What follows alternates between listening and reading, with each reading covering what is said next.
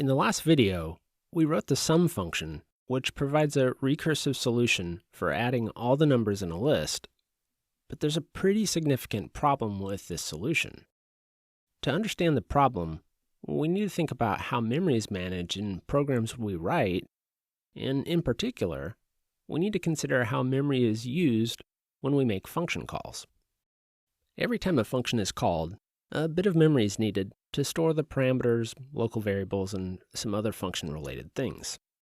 The area of memory that's used to store this information is called the stack. Normally, when a function returns, all the memory it used is released and can be reused for other things.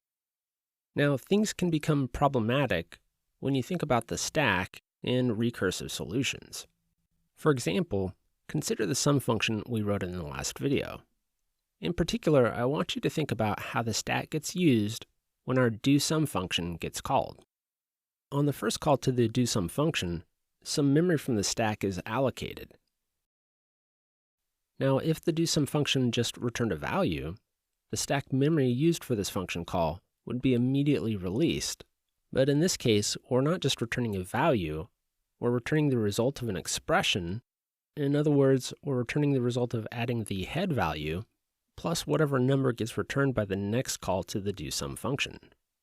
Well, since we're calling doSum again, more memory from the stack is used for this recursive step, and for every subsequent call of doSum, more and more stack memory is used until the base case is met.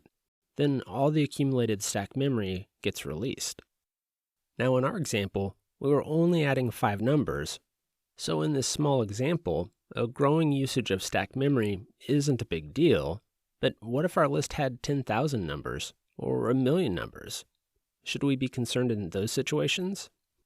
Yep, you should be, and I'll show you why.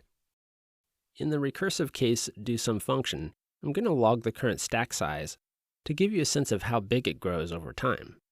To do this, I'll call the process module's info function, which allows us to query information about a process. You might be wondering, what do I mean by process? Well, you can think of a process sort of like a thread that executes code, but processes in Elixir are very different than threads from other programming languages. We'll dig into processes in much more detail in the near future. Now, the info function needs to be told which particular process to fetch information about, and in our case, we want to know about the currently running process. In other words, the process that's calling this function. A unique identifier for the currently running process can be found by calling the self function. The next thing I'll pass into the info function is the stack size atom, which basically tells the info function we're only interested in knowing information about the stack size.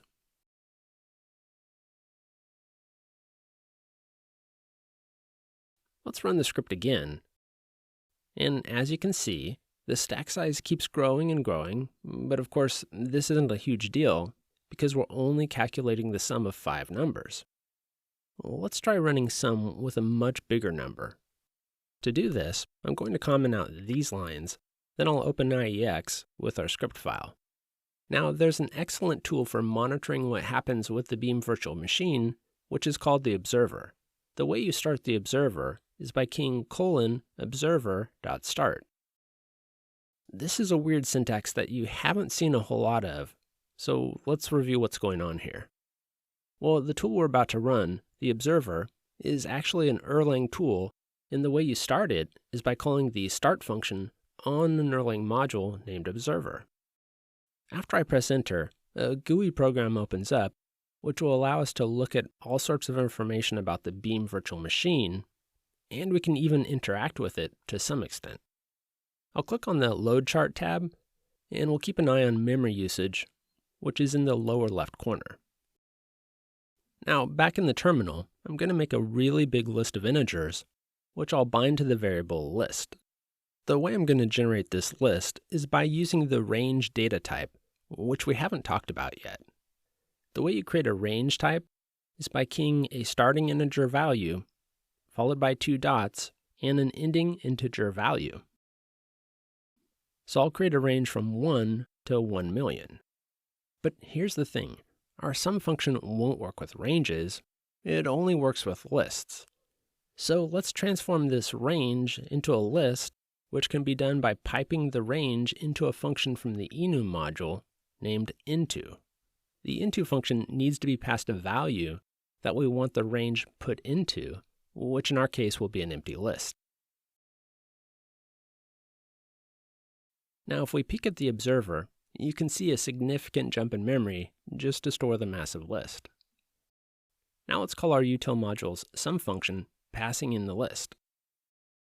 Now, as you can see from the console, the stack size just keeps growing and growing, and the memory usage keeps growing and growing as well. And this is not good.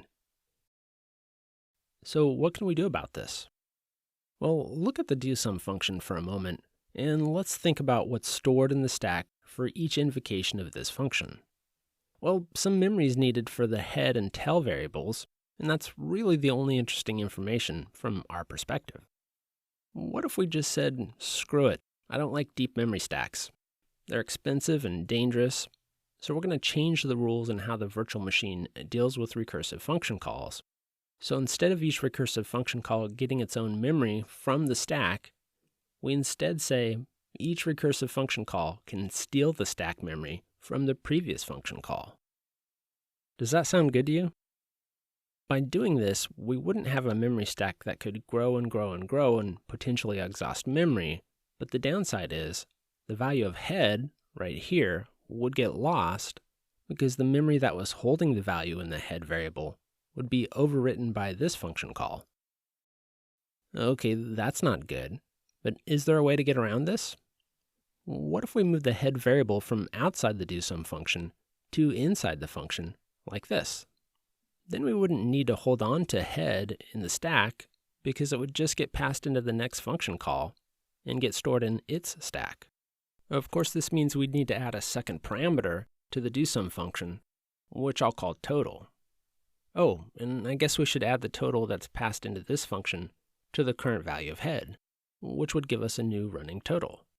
Now, since we changed the signature of the recursive case of doSum, we need to change the base case to also take a second parameter, which we'll call total as well. Now, keep in mind, total here and here is the running total.